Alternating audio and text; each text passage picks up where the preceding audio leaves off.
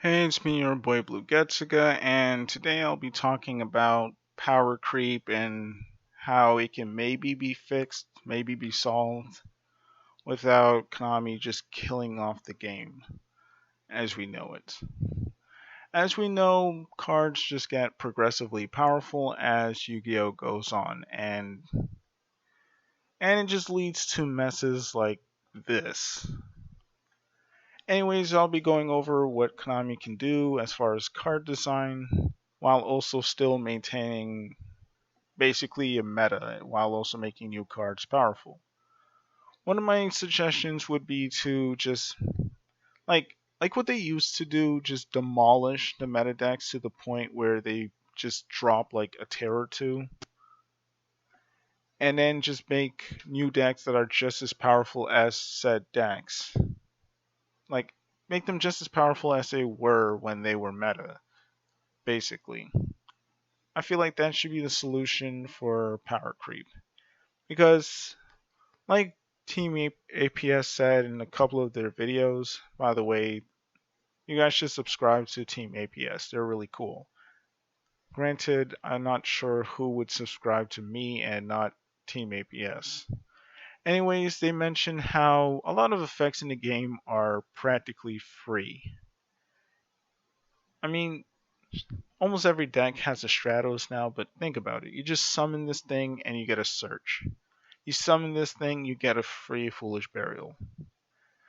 We rarely have cards like this where you have to like destroy a monster for a search or to special summon from deck. Like we should have more effects like this in the game because at least that way there would be more of an interaction between players. The battle phase will actually matter. And yeah, like Salu Tiger. Salu Tiger is a perfect example. You could just slap several searchers into a single deck, and it wouldn't really make the deck bad or OP. Just as long as you don't make them free searchers. Because I feel like that's the way to get around power creep. Instead of just making free searchers for every single deck, just put just put like some stipulations on certain broken effects. Because if you want to search, make it so you have to discard a card. Or make it so you have to run something over in battle or inflict damage to your opponent. If you want to be creative with it, just make a card that inflicts a little bit of burn damage. So it says, if this card inflicts damage to your opponent, you get to add a card. At least that way they'll add a little bit more. I'm not going to say nuance, but I don't know. It add a little bit more to just a free search. This card, for example, you attack over a card, you get a search. There's also another pendulum monster.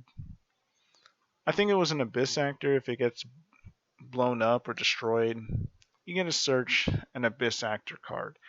And that's a really great search effect. I mean, great in the sense that is actually a healthy effect for the game. Just free searching is just it's just bad. I mean, bad for the game because you would somehow have to find a way to one up that constantly. Next, I wanted to talk about negations. Negations now are just free, especially in monster form. Monsters that negate are arguably like they're one of the most, if not the most unhealthy things in the game. Because unlike spell and traps that negate monster effects, they're usually temporary and they fizzle away and can't be used again. With the exceptions of cards like Lost Twin or Breakthrough Skill that you can actually technically use twice. With negation monsters, you can technically use their effects for free each turn. I mean, think about it. Like, remember when Stardust Dragon and Clearwing Synchro Dragon were very sought after cards? Even though Clearwing can only negate things that target level 5 or higher monsters you control, or negate the effects of level 5 or higher monsters. And Stardust allows you to just negate the cards, basically card effects or cards that destroy things. I guess in card effects, because technically starters can't negate cards that negate and destroy. Anyways, my point is, there's stipulations to their negates. They don't have just free negates. And that's also one of the reasons why at first I didn't like Clearwing Synchro Dragon, because it went from negate a monster effect with a monster effect, like the effect of a monster that's level 5 or higher, to just negate anything and just gain attack. I mean, Clearwing gains attack too, but still, you know what I'm trying to say. Free negates or negates without any kinds of stipulation, it's not good. I wanted to bring up another example. Like Dragoon, the only thing that I actually like about this abomination is that it has to discard a card to negate an effect. Negation monsters, they're just terrible. Konami should just stop making generic negation monsters, because not only do they not fizzle away and are not only are they not one-time use things, but they're usually placed on big, beefy, and powerful monsters, like a monster with 3,000 attack. And like, I don't get it. It's like, stop doing that, Konami. You're basically just speeding up the death of your game by doing so. Because of that, you have to find a way to top it. I guess the best thing that Konami did to somewhat solve, and I put solve in quotes, air quotes, I mean, is Dark Ruler No More. And that's like an unsearchable card, or a card that's generally unsearchable. And that card might get hit in the future because people don't like the people don't like the fact that you can't respond to it, and it's like a temporary soul drain. I think it's a cool card. Granted, yeah, I hate when the card is used on me, but it's a necessary evil because of these terrible negation monsters. Because of things like Appaloosa, which honestly should honestly get banned. Because I mean, just 4 negates, also placed on a fairly big body, and it's way too generic. And then you have things like Hope Harbinger, which also just negates for free. And steals, yeah, and steals whatever it negates. I mean, it negates spells. I almost said spells and traps, but it just negates spells. So I guess technically Hope Harbinger is fine as a negation. And as far as effects that summon from deck, there should be more stipulations. Because of links, that effects like summoning from deck can actually cause FTKs, like LP, like Fibrax, like Summon Sorceress, which is why we need more effects like this, or effects that summon from the deck, but with a lot heavier restrictions. At least that way, yeah, at least that way you could prevent FTKs. People can still play their decks, and the game won't implode due to power creep. Another way Konami could, prevent power creep is by trying to make formats slower.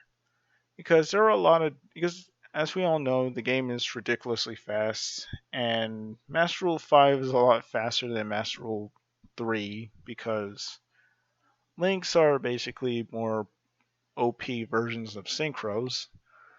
But I mean, granted, we don't have Soul Charge anymore, but still. Unlike in Master Rule 3, where because links didn't exist, your opponent would sometimes leave out a smaller monster that you can use. Like, you can use your mind control, take it, and then go for a synchro summon or an XC summon. Or you could just attack over to do some damage, making the battle phase a little bit more relevant than it actually is now. But because of the existence of links, no monster goes to waste, and your opponent can essentially just spam the board with whatever. And that's not fun.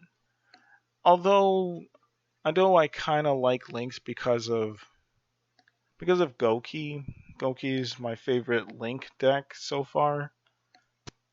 I really like Goki, and Goki are an example of a somewhat fair deck, even though they search a lot.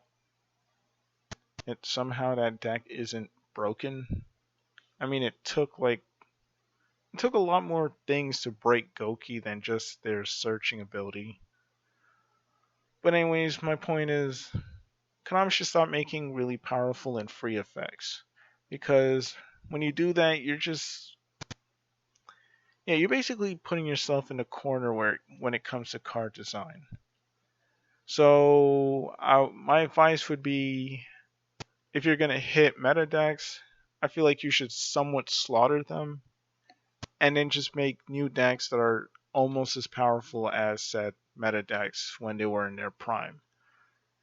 And also try to phase out free searches, or at least as much as you can.